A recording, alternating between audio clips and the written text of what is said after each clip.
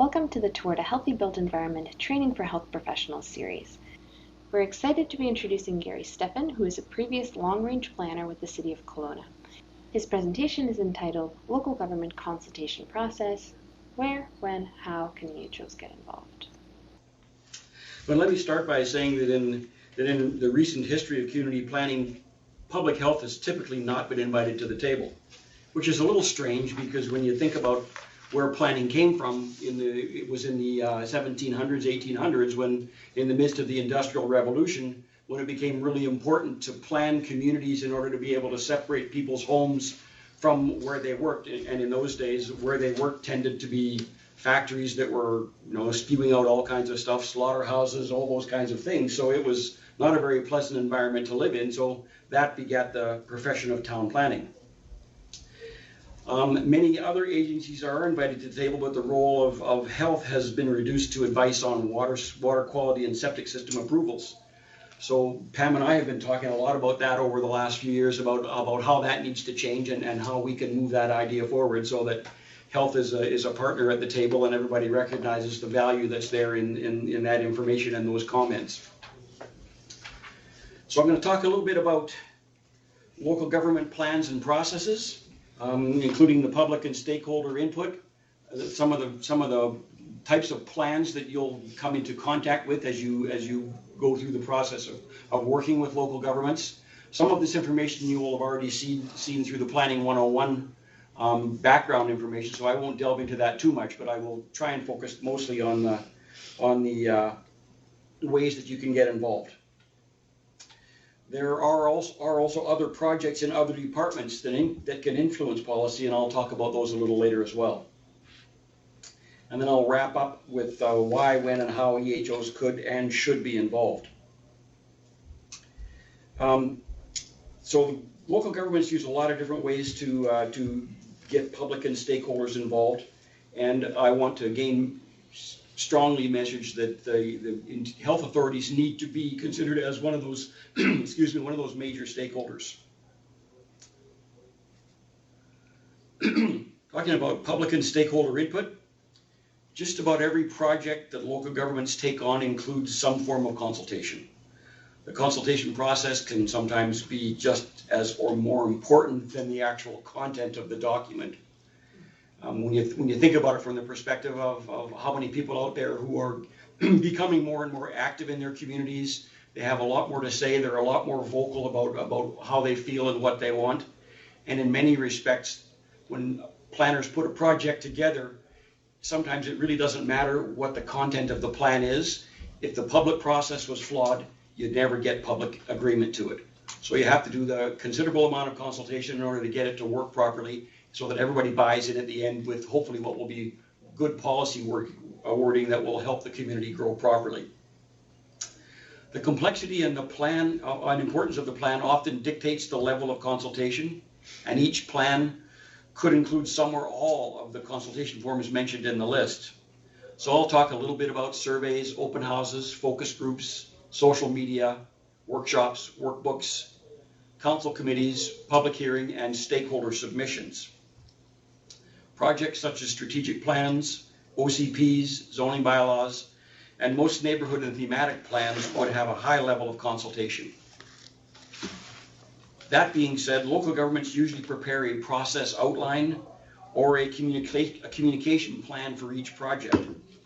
It will be really critical for you to inform yourself of that process so that you will know the when and sometimes the how in order to participate and provide meaningful input. So let's talk about surveys. Local governments will use a number of different types of surveys depending on the timing and type of event. Household surveys are often early on in the process, and they're usually random sample, which means there's a short list of selected participants, selected at random, often from a phone book. So if you're not in a phone book, you might not get selected. They're all also statistically valid.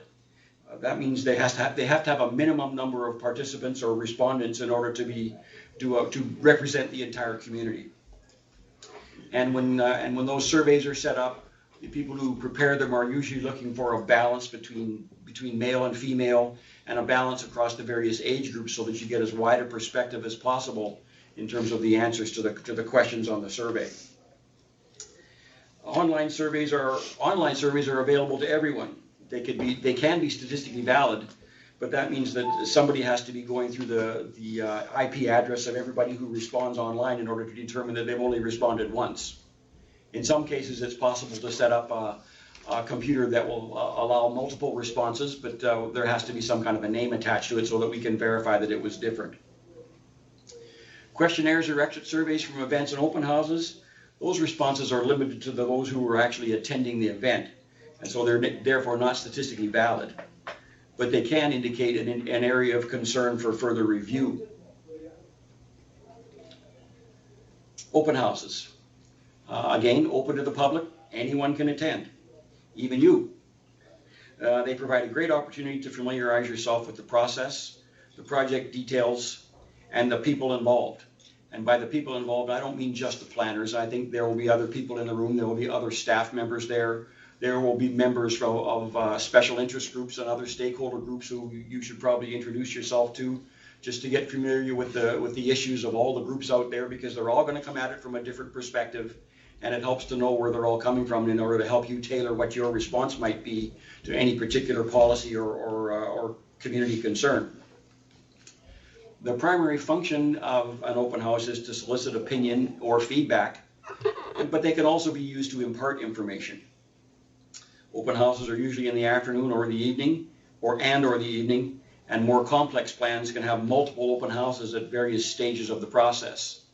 You can have an open house to provide the initial input or background information, also to gather some initial input from agencies, report back on subsequent findings of previous open houses or early drafts of the plan, or to wrap up and give a final presentation of the final document.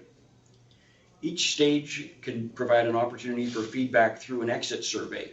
Again, not statistically valid, but again, it does signal where there are issues of concern that the planners and perhaps the health authorities need to be aware of. Focus groups.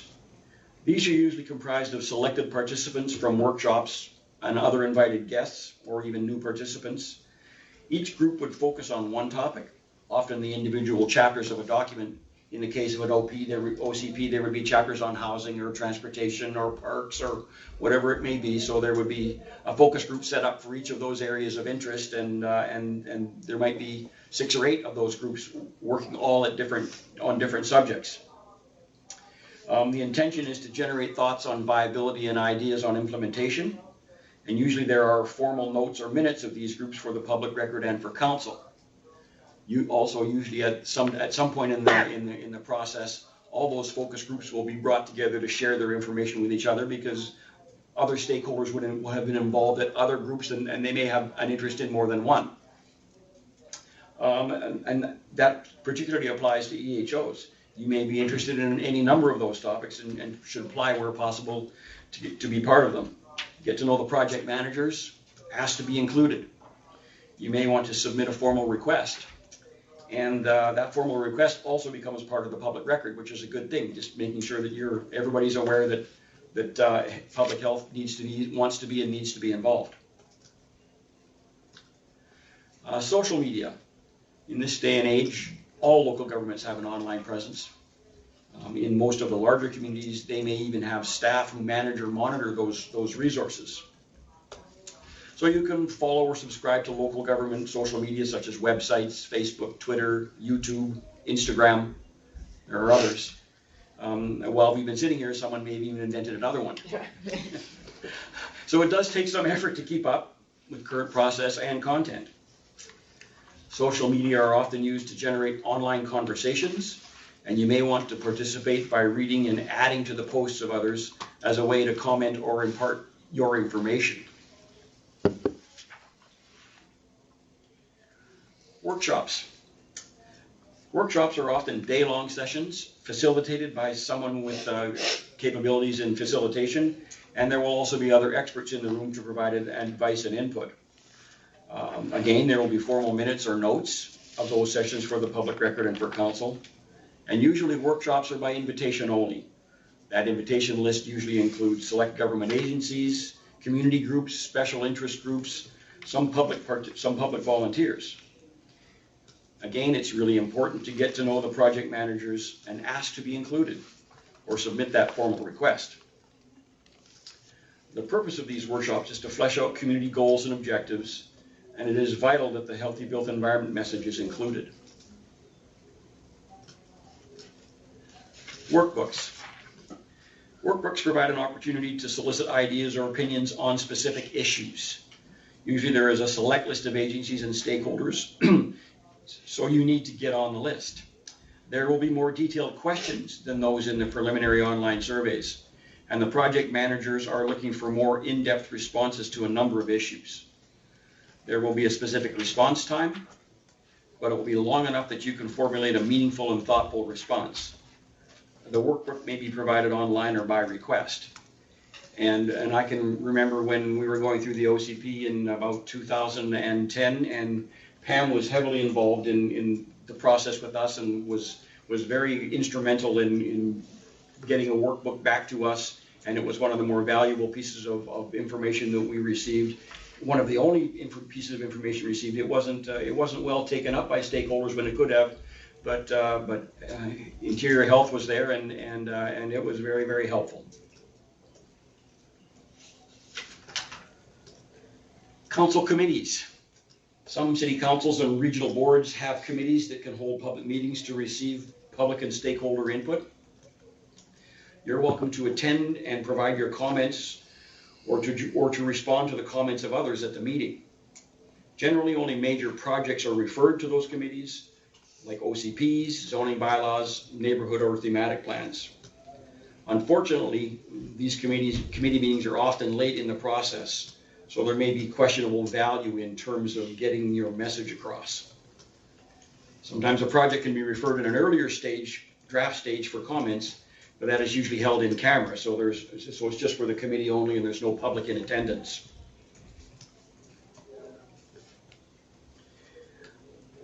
The good news is that these committees provide advice directly to council, who receive the formal minutes as part of their package.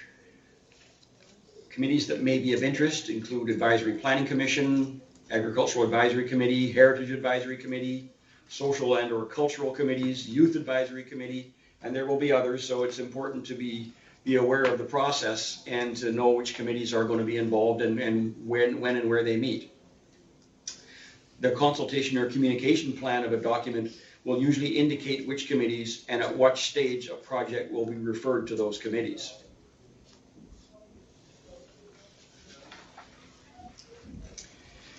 Public hearing. Only OCPs and zoning bylaws are adopted as bylaws by City Council or a regional board. Part of that process includes a formal public hearing, which is at the very end of the process. The process will include a number of readings that Council will have to go through in various stages, steps along the way, but it's only the public hearing where the public and or stakeholders are allowed to address Council directly. The good news is that anyone can come forward to do that, and this would be one last chance to make your views known. The bad news is that again, it's really late in the process, and there may be little opportunity to influence policy or make changes. Hopefully your participation throughout the process has imparted the policy that you wanted to pass along, and that you're there primarily to affirm your agreement with that policy direction. You can also do that in writing, which is something that I'll speak about lastly in terms of the other forms of stakeholder consultation, and that's stakeholder submissions. Submissions by interested parties are welcome at any time.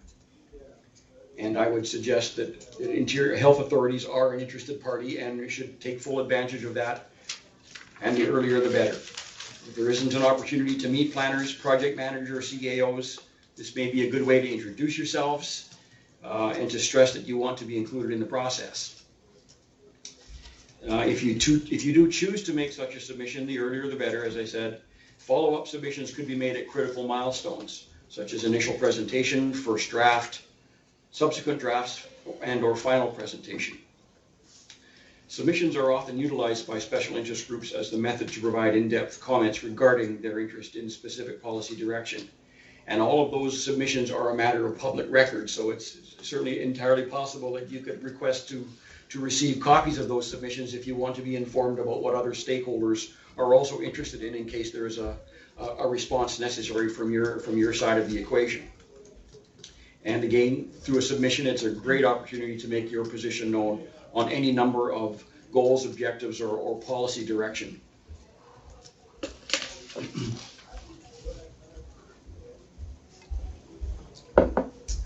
So now I'm going to talk a little bit about the specific types of plans that would be of interest to you. And again, some of this will have been imparted to you as part of the Planning 101 background sessions. So I'm going to focus mostly on the process and how you can and or should be involved.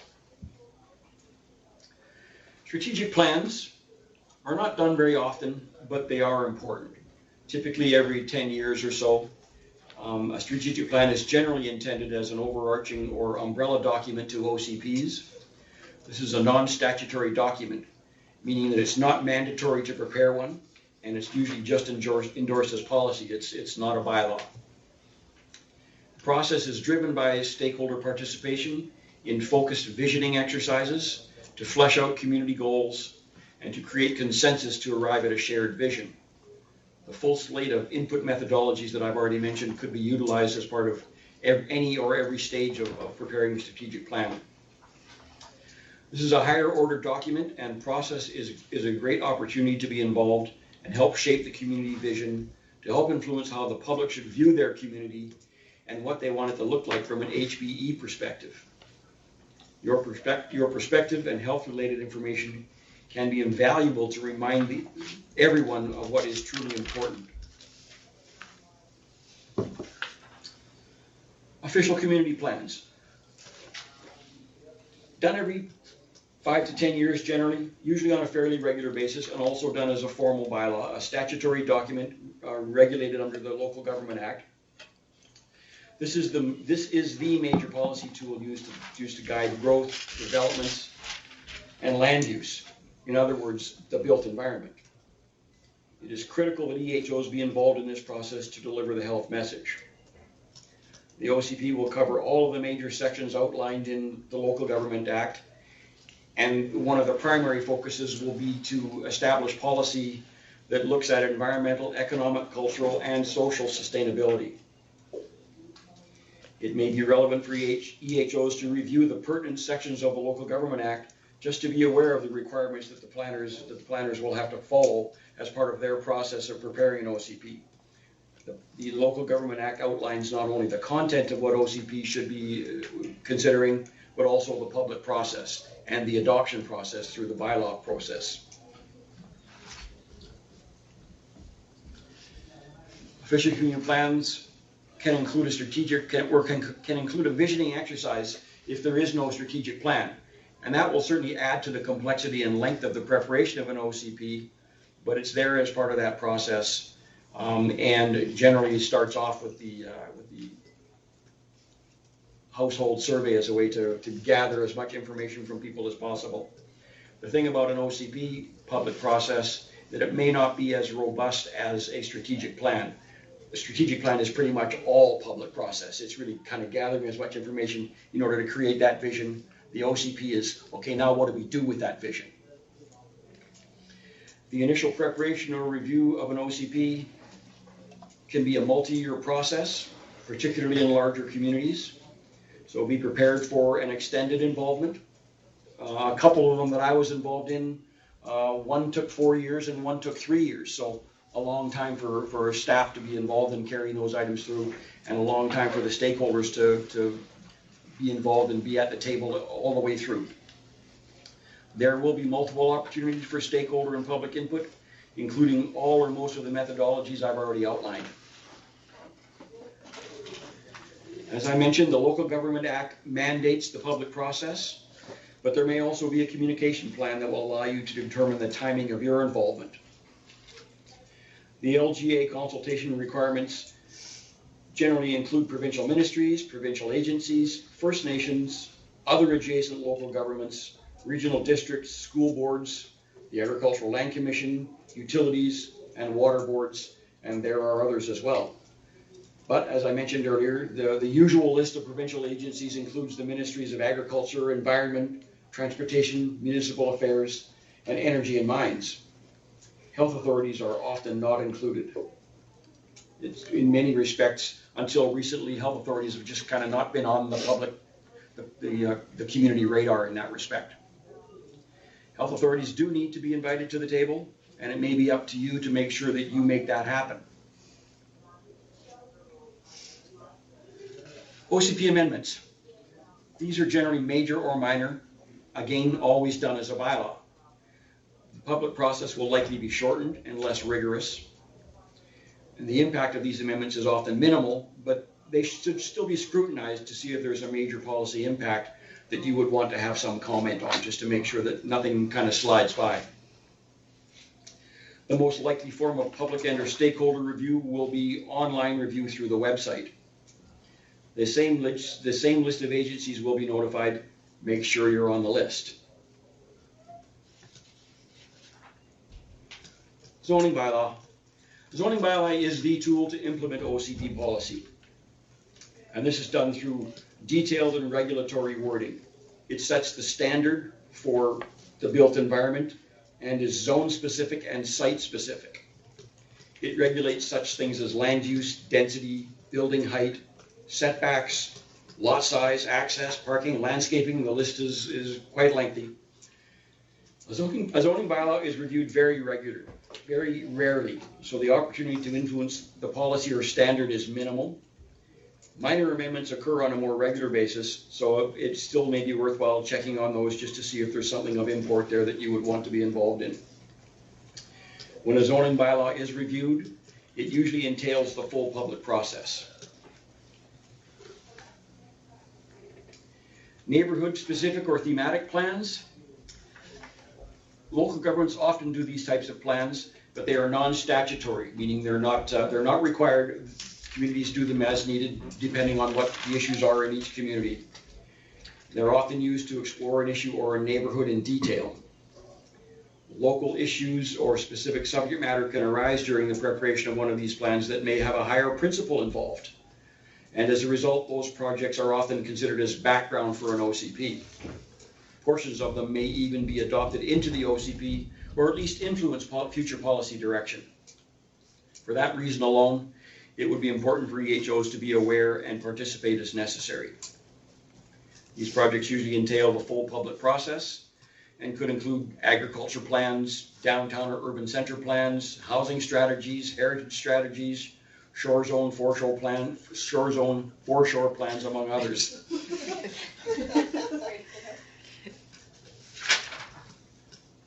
Other minor planning applications. There are other minor processes and applications that seldom have an impact on policy, but quite often do impact the built form of a specific site. Minor zoning amendments are done by bylaw, and they can be map or text amendments.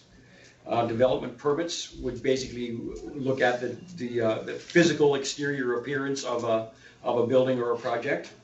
And development variance permits are generally there to allow a variance to a bylaw requirement. So if there's a requirement in the zoning bylaw that says a building can only be 14.5 meters in height, and somebody wants to build it at 15 meters, they've got to go through a development variance permit in order to get permission from City Council to vary that requirement of the bylaw. And that variance is site specific to that site only. What that means is that if the local government issues a height variance or any other kind of a variance for a project, and they find that they end up doing that same thing for a lot of other projects, it often triggers a review of the zoning bylaw, because why have something that they're just going to vary every time anyway? So they'll often come back and use that as a way to test the environment for a zoning bylaw amendment. To my mind, there is little bang for the buck in terms of EHO involvement, because they're usually very site specific, but they do represent situations where a shift in policy may be forthcoming. Other municipal projects. There are other projects that might be undertaken by a local government. Local governments have other departments, that often pursue a project that can have a significant impact on policy. And in many cases, some of those projects will set the standards for how the built environment is physically constructed. Examples of such standards you might find in things like the Subdivision and Development Servicing Bylaw, or pedestrian and cycling master plans, linear parks master plan, transit plans, transportation plans, others of that nature. They'll establish standards for road widths, bike lane widths, sidewalk widths, shared linear path widths, those kinds of things. It will be important for you to become familiar with those projects as they arise and to build a relationship with the respective project managers. And those project managers won't necessarily be planners. They will be parks planners, they may be engineers, they may be any number of different people throughout a local government organization, so it behooves you to become familiar with those staff as well. And again, when you build that relationship, that's the way to make sure that you're included in the public and stakeholder process for any of those kinds of projects.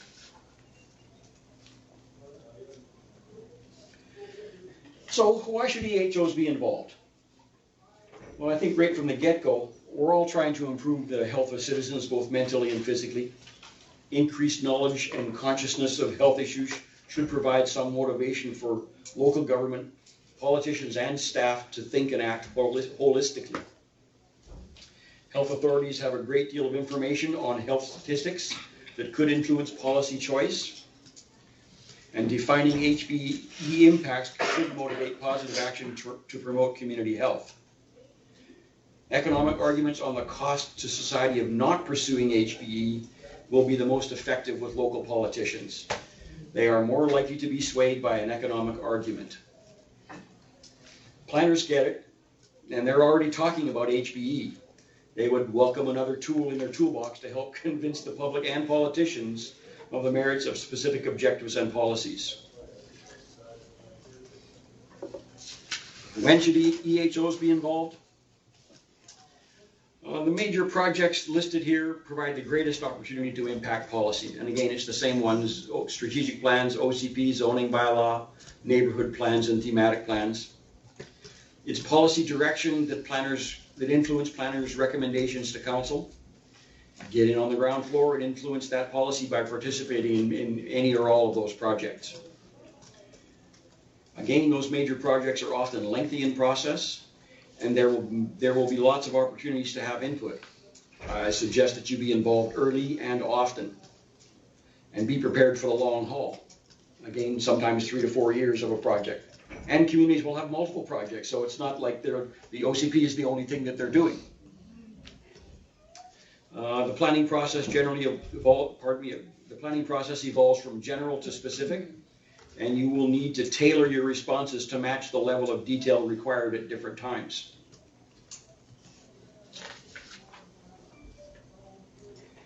So how should EHOs be involved?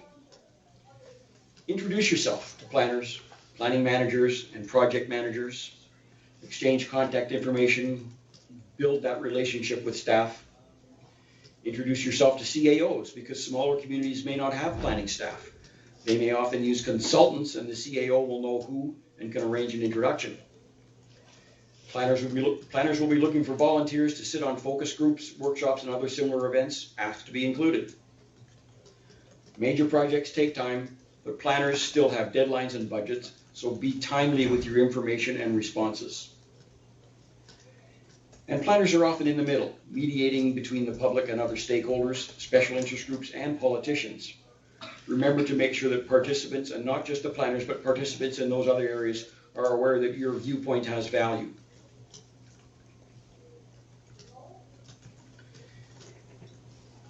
Learn each other's language. And I'm hoping that Pam will talk about this as part of her presentation, and we've talked about that a lot ourselves in previous presentations. We all have professional jargon that can get in the way of understanding. Ask for or provide clarification if there's a lack of understanding. Focus on meaningful input. In particular, avoid motherhood statements. And as an example, I would say, quite often you hear people respond and say, well, we should be promoting affordable housing. And while that's a great goal or objective, it's not good policy wording. How is local government going to do that? Policy wording needs to be specific, something that can be implemented. implemented. It should contain some idea of how, and it should set a target and be measurable. If we can't measure something, how do we know that we're making progress?